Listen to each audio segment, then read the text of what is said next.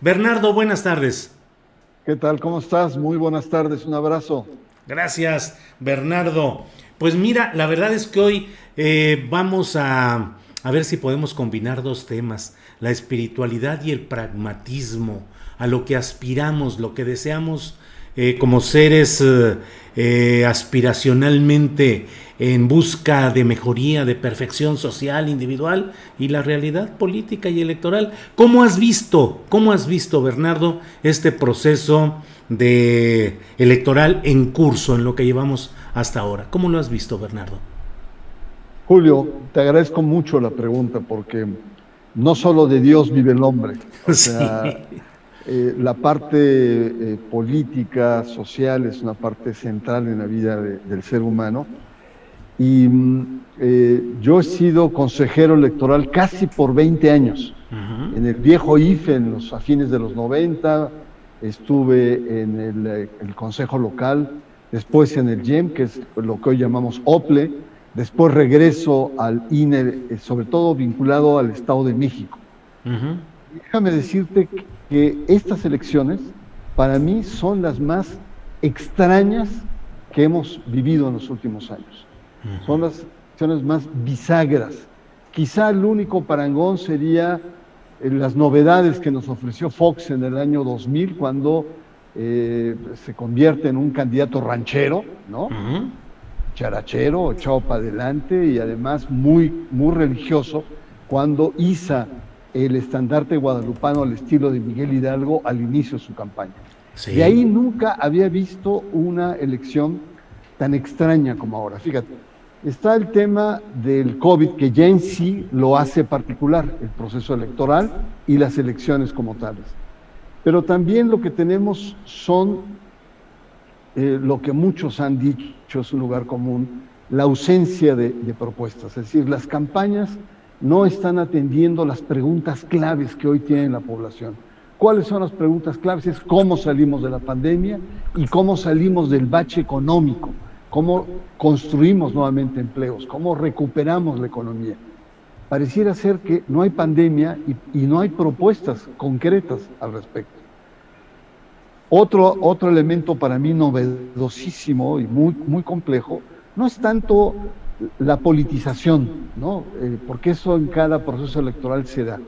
Pero hoy vivimos campañas de encono, de odio, de intransigencia, ¿no? Decíamos, no hay propuestas, pero sí hay muchas descalificaciones.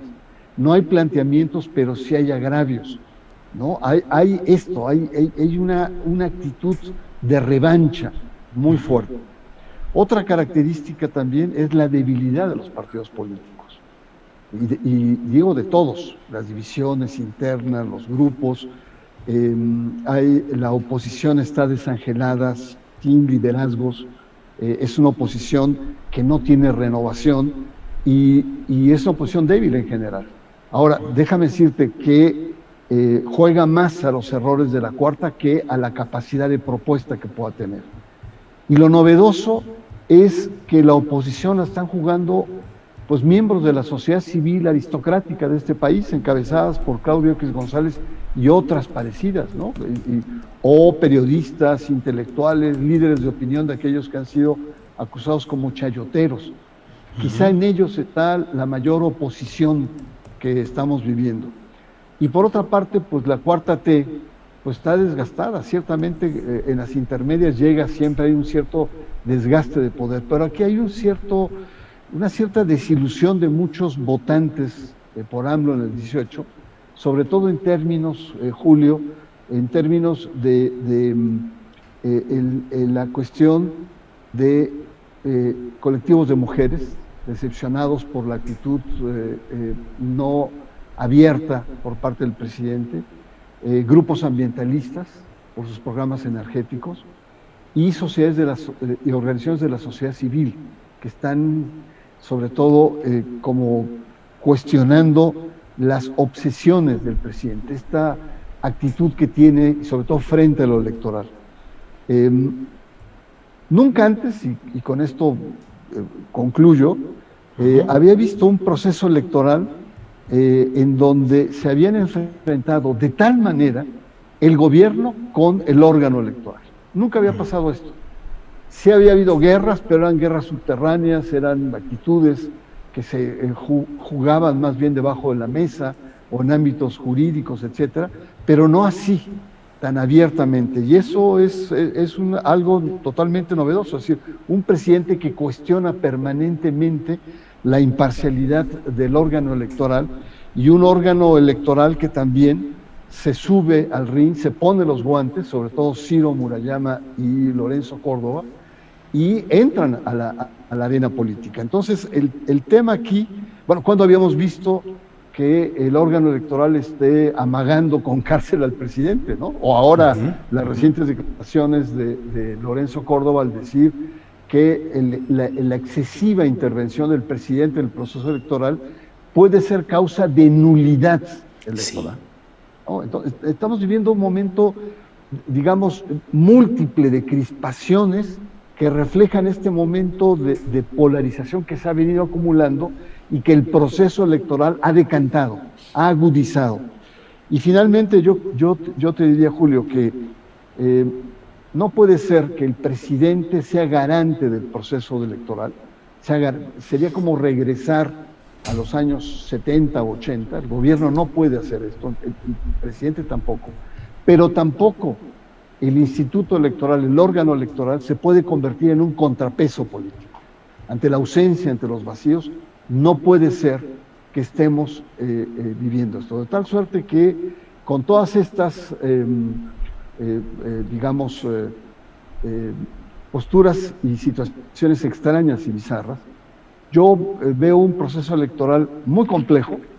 Probablemente haya un menor número de votos, porque hay desilusión, hay desconcierto, hay una participación electoral mucho menor.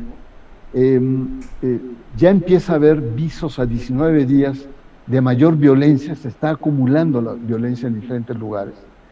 Y sobre todo lo que ya estamos viendo es un proceso de judicialización. Yo no quiero ver lo que va a pasar, sobre todo en el proceso postelectoral. Va a haber un proceso muy intenso de judicialización de lo que estamos viviendo en este momento. Bernardo, muchas gracias por estas reflexiones tan puntuales sobre lo que estamos viviendo. Y te pregunto, Bernardo, en 2018 lo que floreció y a mí me pareció muy importante, lo destaqué en algunas entrevistas o en artículos que escribí, era el florecimiento de la esperanza ciudadana.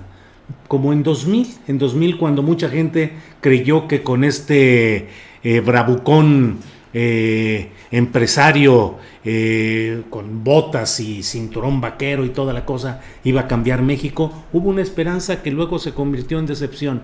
En 2018 hubo una gran esperanza de que con la acción electoral, con el voto, yendo a las urnas, se podrían crear las condiciones para un cambio positivo, paulatino, pero sí constante, eficaz en nuestro país.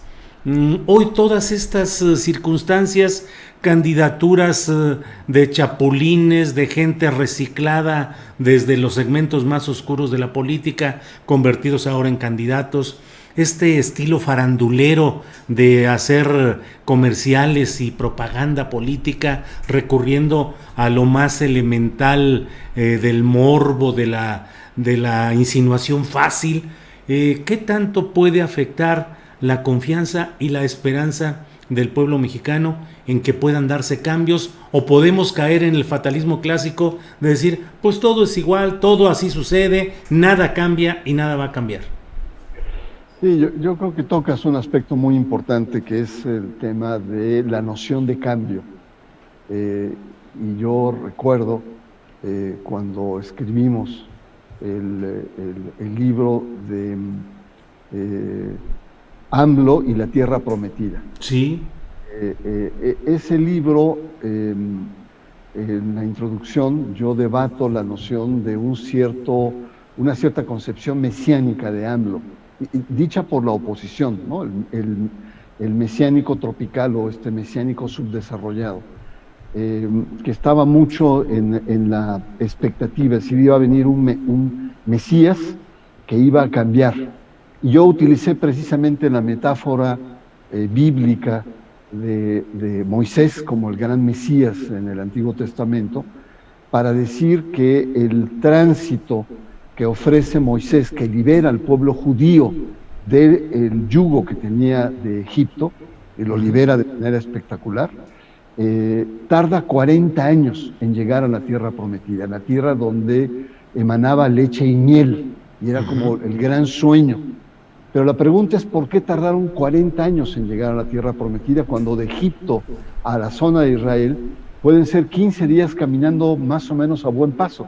¿Por qué tardaron 40 años? Pues tardaron porque tuvo que haber un cambio importante, diríamos hasta de concepción, de cultura y de civilización. Eran pueblos nómadas, el pueblo judío era un pueblo nómada, ¿no? Era un pueblo que estaba destinado sobre todo al estar al pastoreo de animales y a la recolección, y el ir a la tierra prometida significaba el asentarse y convertirse en un pueblo agrícola. Entonces no era una cosa sencilla. Incluso Moisés, el gran Mesías, no llegó y no vio la tierra prometida, no le alcanzó la vida. La generación que sale de Egipto no es la generación que llega 40 años después. Es un proceso largo, azaroso, de grandes cambios, donde el actor central, el personaje protagónico, no es, como se quiere pensar, incluso en la filosofía política, Moisés, sino es el pueblo. Y en ese sentido yo hago hice una cierta reflexión sobre lo que en ese momento, después de la euforia del 18, vivíamos, que era los cambios se vienen, se van a venir en cascada, ya se va a acabar la corrupción, vamos a tener un nuevo sistema, y hemos visto tanto en Fox como con Andrés Manuel López Obrador, que las cabezas o los cambios de arriba hacia abajo son lentos, son azarosos, son complejos, pero que el verdadero cambio se da más bien de abajo, de la propia cultura de la sociedad. Y creo que nos estamos dando cuenta, tanto vía la alternancia panista como la alternancia morenista de izquierda, que el proceso no es largo, ¿no? Que esa tierra prometida que emana leche y miel, hay que conquistarla, y que es un proceso largo y es un proceso de grandes cambios que se dan sobre todo en la sociedad. Bernardo Barranco, en consonancia con lo que dices, me pregunto si entonces, a pesar de todos estos enredos, contradicciones, retrocesos, decepciones en algunos casos, el detonante de 2018 de un proceso de cambio, de esa ruta de 40 años, vamos en el camino adecuado hasta este momento, es decir, tardado, pero vamos en un proceso real de cambio. Pues mira, el mandato de las urnas fue contundente. Yo creo que el desbordamiento que se dio la población en el 18 fue un mandato muy fuerte, es decir, ya no más a esta vieja clase política que nos ha empobrecido, a este sistema que no ha dado, a estas instituciones que se han atrofiado, se han petrificado. Yo creo que el mandato sigue. Yo vería el 18 tan importante como el movimiento del 68, que fue otra forma de cimbrar el sistema político. Yo veo que el 18 lo que nos plantea es un cambio de ruta importante que la oposición, los partidos tradicionales, no han alcanzado todavía a aquilatar, no se han puesto en esa sintonía, y más bien se oponen y ven a este proceso de la Cuarta Transformación como un accidente, ¿no? Como un accidente provocado por la ignorancia política de la mayor parte del pueblo que no sabe de política, cuando en realidad la lectura tiene que ser totalmente diferente. Y también la petrificación de muchas instituciones. Yo te diría, una de ellas es la electoral, la institución electoral, como hay otros grandes cambios que tiene que haber. Yo creo que a partir de estas confrontaciones y de este momento que vivimos, lo electoral ya no puede seguir tal y como está. Tiene que haber cambios de fondo. Yo diría que tendríamos que ir construyendo un nuevo orden electoral, ¿no? Que permita un gran consenso, un gran debate que se dé, pero el INE pertenece a los años 90. Yo fui parte de ese proceso, en donde había que arrebatarle al gobierno el poder gestionar el proceso electoral. Pero son tan innobles la clase política que siempre le dio vueltas y siempre hacía fraudes y había nuevas leyes y nuevos candados y se volvían a hacer fraudes. Así hubo deslealtad de los partidos políticos y de todos, de tal manera que hemos construido un galimatías electoral. Solamente grandes mentes de abogados ilustres pueden tener. El instituto ha crecido de manera elefántica, es un instituto que tiene cerca de 30,000 personas, costosísimo, lento, burocrático, y además se ha construido una casta electoral que se reproduce a sí mismo y se hace una estructura endogámica que solamente ve para sí y se está desligando de la sensibilidad de la sociedad. Entonces, hay que reconstruir todo esto con una nueva lógica. Entonces, como eso hay muchas cosas que se tienen que rehacer. Pero te pongo un ejemplo de la cantidad de elementos que se tienen que hacer, pero evidentemente no desde un hombre, no desde un monopolio, sino desde un gran debate que se tiene que dar a nivel nacional entre las fuerzas y tener esta actitud como se dio después del 88, de ese gran fraude que vivimos, en donde las fuerzas políticas articulan, pactan y orientan la construcción de nuevas instituciones, entre ellas la del IFE. Bernardo, una de las características del viejo sistema, sobre todo el priista de larga vida y luego el panista, pero en el priista sobre todo había una gran habilidad para mentir, para engañar, la democracia perfecta que decía Vargas Llosa, que era capaz de encubrir sus actos nefastos con una vestimenta aparentemente amable, cuidadosa, incluyente en algunos casos. Me llama la atención que en estos momentos, cuando trata de reconstituirse ese poder, ahora desde la oposición, con esta alianza PRI, PAN y lo que queda del PRD, que no hayan tenido la capacidad de entender el rechazo a sus mismos personajes, a sus mismas fórmulas, que estén planteando en términos muy generales plantillas de candidatos, conductas y discursos poco atractivos, de poco cambio. ¿Por qué ese poder que se mantuvo durante décadas engañando, simulando, ahora no ha podido hacer otro acto fuerte de malabarismo ideológico o electoral, Bernardo? Bueno, mira, mi experiencia es la de política, es la del Estado de México.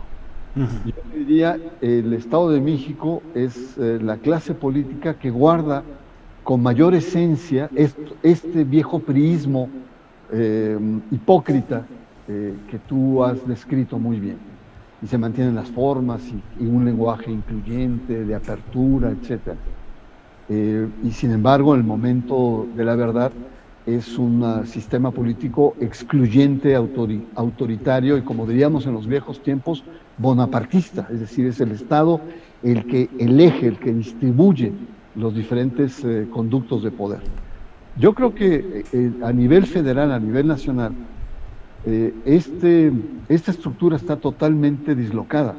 Es decir, simplemente el hecho de presentarse en bloque representa también una serie de concesiones o de cesiones a tradiciones políticas antagónicas entre las tres grandes fuerzas.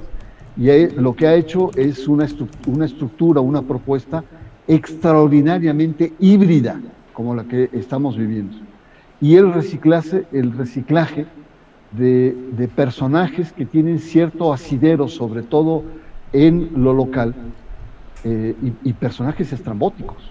O sea, la calidad de los candidatos, estaba pensando, están de colección. O sea, Félix Salgado Macedonio, un candidato popular, indudablemente en Guerrero, pero acusado de violación, un violador. Bueno, habría que comprobarlo, pero con estas acusaciones, o un Ricardo Gallardo vinculado en San Luis Potosí al narco. No es posible que estemos llegando a estos niveles.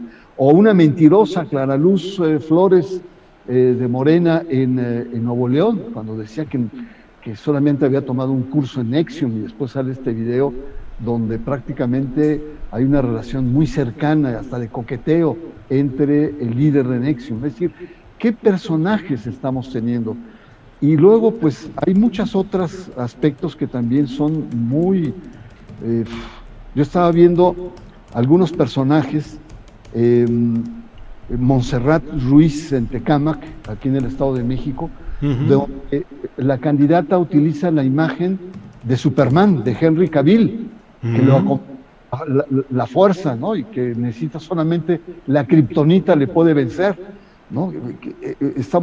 Personajes como Paulo Botti en Ovejas, Veracruz, que dice que si llega al poder va a poner ahí a Laura Bozzo como presidenta del DIF. Sí. ¿Qué nivel estamos llegando? O espérate, hay todavía cosas más.